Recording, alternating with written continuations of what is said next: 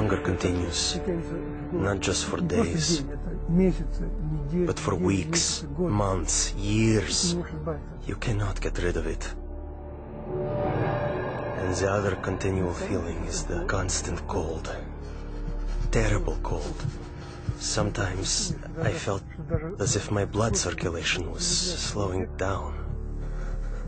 I was personally amazed at the power of endurance, because, by all accounts, I should have become seriously ill and died a long time ago.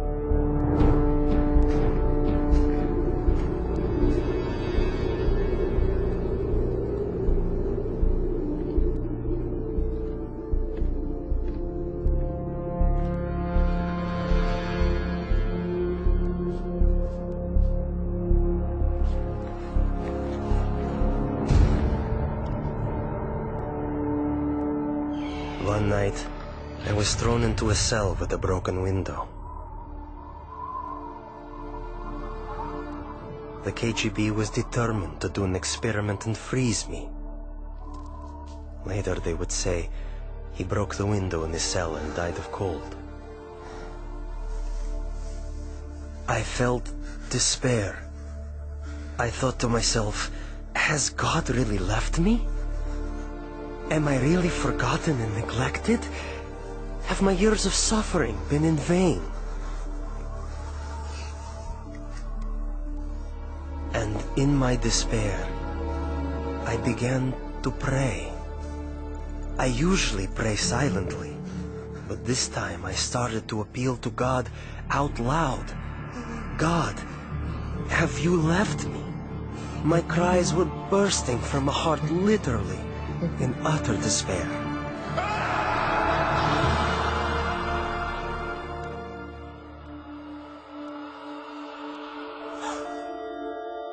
One night I had a dream.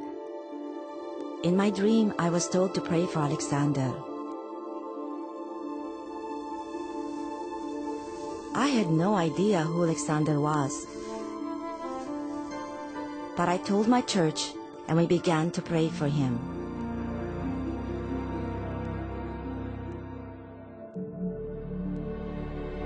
And right then, I suddenly felt a palpable physical warmth.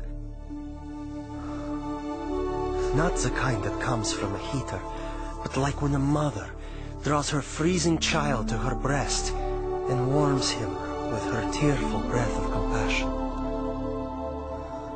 It was a very living, human warmth.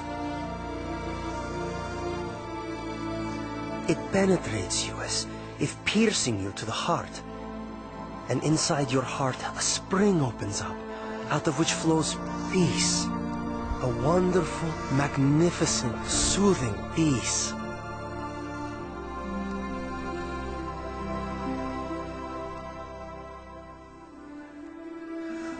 I felt a very loving, brotherly touch. Someone's caring hand touching my shoulder. I actually felt it. And this gesture represented the words, "You are not alone. You are not abandoned. We are with you. We are sharing your suffering." This warmth was the energy God gave me to feel physically the heat of prayer with my own skin, my own being. As if the prayers converted the energy of love into the energy of warmth.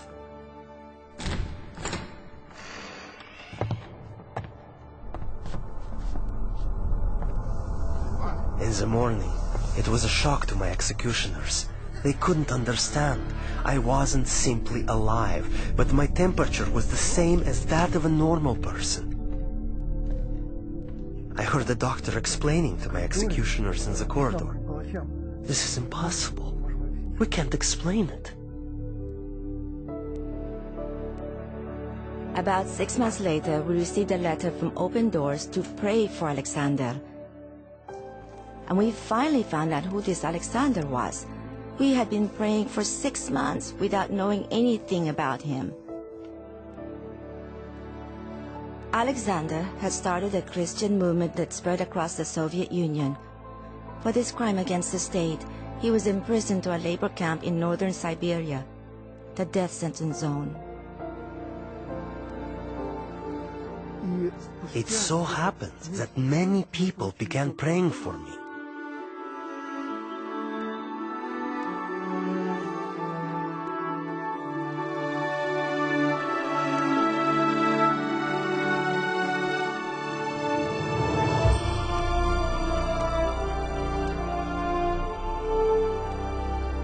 And that was exactly when they released me. Prayer opened the prison doors, and as the gospel affirms, set the captives free.